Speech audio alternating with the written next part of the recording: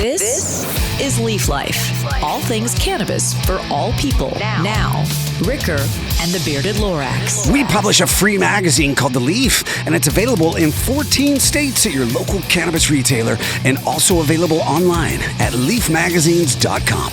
I'm Mike Ricker, your host of Leaf Life, with my co-host Wes Abney, also known as the Bearded Lorax. I speak for the trees. And, of course, there's Dosey Joe again. Hey there. And Mary J. White. Baked with love. The expectations of our national defense are for the recruitments to commit entirely to the cause by adopting the soldierly lifestyle. But for those who won't go all in, enlisting with a branch is simply a way to collect a paycheck. And sometimes after Uncle Sam prepares the individual for war, that war returns back to their doorstep. This is From Military to Meds. Hit 2, 3, 4. Oh, no. Yes. Our first segment, once a stoner, always a stoner. Kind of like you can take the boy out of the country, but you can't take the country out of the boy. Same goes for smoking weed. That's right. And our second segment, the battle continues. But before we get educated, we've got to get medicated. So let's get stoned. All right. How you feeling, Joe? So today, Wherever your day has led you, now it's time to fire up, chew up, or drink up and get in the mood as we introduce this show's Greg the Guinea Pig. Hi, I'm Greg, and Ricker used to try his weed out on me. But now it's someone else's turn to be the guinea pig. All right, the guinea pig this time is a gentleman from my very own hometown of Pensacola, Florida. Can you believe it? Me. He's from the northeast side. I'm from the west side, so we're going to fight after this. Okay. Yeah, Sure. we're going to prove who's badder. He went to Tate High School. I went to Pensacola Catholic High School. That's right, that's well. right. Yeah, but Catholic. we're a few years apart, so, we didn't play ball against each other. And anyways, Dan LIZOTTE was a sergeant in the U.S. Army for 10 years. By the way, Pensacola is a big Navy town, so a lot of people going to the military there. And he's now the general manager of PRC retail chain. That's right, that's right. A reputable, highly curated shop, 3 of them actually here in Washington State. Dan, That's right. Welcome to the Leaf Life podcast. Thank you for having me. Yeah, brother, it's good to see you, man. You've got, let's see, well, we'll talk about that hat in just a sec. First, we're going to spin Dozy Joe's wheel to see what Dan's going to be hitting. okay. And now, what's in AJ's stash? All right, Dozy Joe, here you go. What's in that stash? That thing's a suitcase. Look at the size of that. I know. They're beautiful looking, too. We got some Tangie Runtz by Avitas here. Wonderful. Great hybrid. Exactly. Smells so sweet Yes. and yet gassy and Avitas has runtsy. always had the greatest quality. And they're a sponsor of the Leaf Life podcast and have been since show number 3. Go ahead, Dan, light it up. And I got to say that if it weren't for Avitas and HELLAVATED, which is a brand that was started by Adam Smith, the founder of Avitas, and is now national. HELLAVATED's in, 10 states or something. Avitas is in Washington and Oregon. They're coming to your state because it's a high quality, highly curated brand that is run really, really well. It's just a great organization. They were the #1 cart company here in the state of Washington for years, might still be. And Adam, the owner and founder of Avitas, they were kind of competitors of ours when I was at Wham Oil.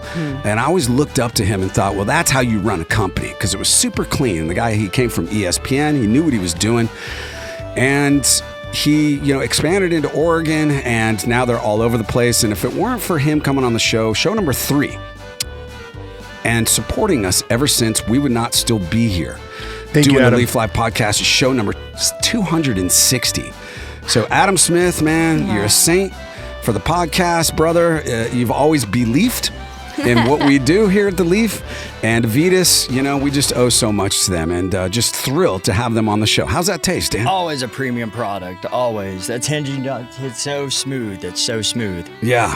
Yep. Tangie Runtz. Yep. There you go. You guys are going to carry it in PRC. Do you carry it? We already do. Yeah, Well, yeah, of course. yeah. Of course. Yeah. PRC We've been and carrying it, Avitas are like a match made in heaven. Yeah, yeah. All right. Well, let's talk about once a stoner, always a stoner. You're from Pensacola, Florida, my Yes, sir. hometown and your hometown. even though it's a Navy town, obviously it's a beach town as well. I was a beach boy, kind of grew up surfing in Pensacola Beach and Johnson Beach out there at the Gulf Beach. And so cannabis, kind of goes hand in hand with surfing. And, my family and my friends were all stoners. Obviously out there in Tate, wherever it was that you grew up, that area of Pensacola, you were a stoner as well, but you got into the military. Tell me about your experience and how you navigated through the military being a stoner. Well, it wasn't easy, obviously, right? They've got some protections put in there. I lucked out. My first duty station, I was in Germany. I was in Gießen, Germany, and it's about a 4.5-hour drive to get to the heart of Amsterdam. Oh, that's close. And so quality over quantity, right? I may or may not have been able to, during certain vacations, take a little trip on a train. Yeah, just to see the sights. Or drive over there, just to see the sights in the countryside. And go on tours that they happen to have for these various establishments there. How would you pee clean when you came back? Well, I'm lucky to be, skinny, I'm a pretty slim guy. Right? High metabolism. Yeah, super metabolism. And all we did was work out back then because our unit was focused on either training for war or being in war. Right? Yeah. And so, it just kind of worked out to my favor with timing, And I don't know, luck of the draw. And when you came to the U.S. and you were stationed here at McCord, I believe, right? Air Force Base? It was Fort Lewis at the time. Fort Lewis. But didn't you grow while you were in the military? I did. Allegedly. It's been said. I mean, on base? How did that happen, allegedly? In a rural county nearby. I met up with a guy that...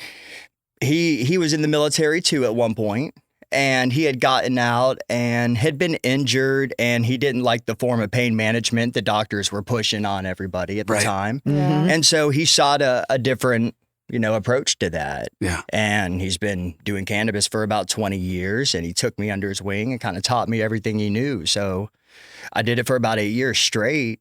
I got a 20-year crash course within. Wow. It was pretty remarkable. Cool. Yeah. Don't ask, don't tell. It wasn't just about, being gay in the military. I think especially in Germany, from what I've read, is there's a lot of drugs over there. There's a lot of sex over there. Yeah. So as long as you're not causing a problem in your unit, especially back in peacetime, and you're showing up and you're still, on point, they're not going to ask you what you did over the weekend, right? No, not typically. Kind of cream rises to the top, right? So if you're on point, just like you said, then nobody go have your fun. Yeah. Well, so which of those thingies on your hat denotes cannabis use? Well, he has a hat that looks like a military hat. It's got like badges on it that are like military badges, but it says gas smoking veteran. And That's gas right, that's we right. trust. And gas we trust. Yes. That's a killer hat, dude. It's because I'm not that great of a veteran. I don't go to the rallies and the groups, I'm not a member of the organizations. I don't even keep up with as many of, my soldiers that I should, right? Yeah. We keep up pretty loosely. I mean, we're still brothers though, so it's pretty unique, affiliation. Well, you're a stoner. How did you feel about getting into the military knowing that you were going to have to sneak your cannabis use? Well, I just kind of looked at it, I was watching a lot of Scarface at the time, so I just thought it was kind of gangster way to do things, and then I got deployed so fast that it was just, it was very prevalent overseas, so we started trading cigarettes and batteries for hash, and that's just kind of how it went. And were there other guys? Was it pretty rampant? We tried to keep it discreet. There may or may not have been others. I can confirm nor deny. But, so you had your buddies that were stoners, and you had your guys that were married to the military, and you hung out with your stoner guys, and you figure it out, and the rest of the guys you just didn't really chill with until it was time to get in a foxhole. Yeah.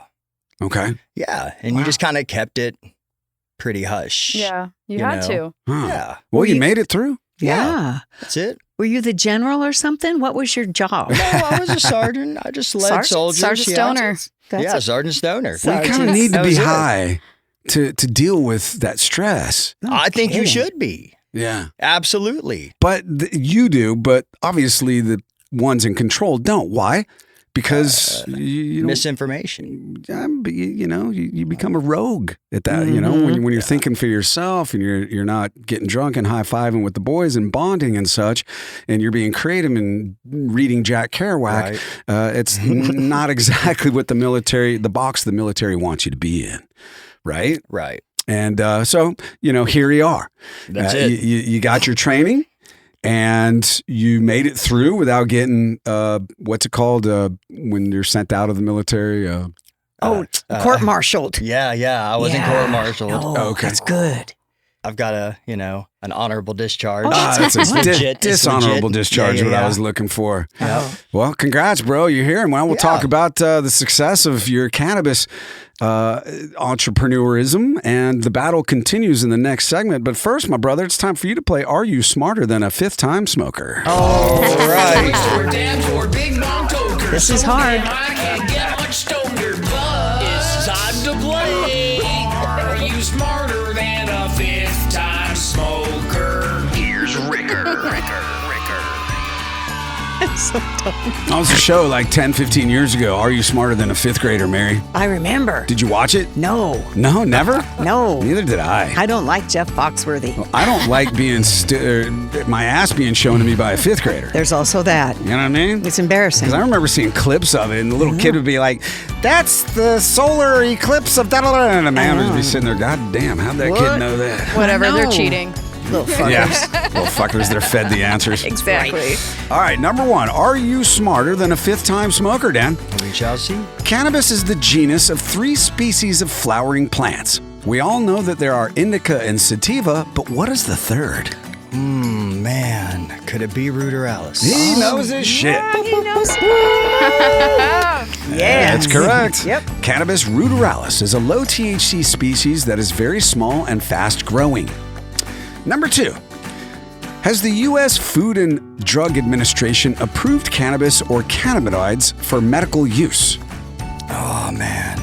No, They should, though. They need to get on it. No. That's correct. Yeah. At the time of recording, 40 states have cannabis legal for some medicinal use.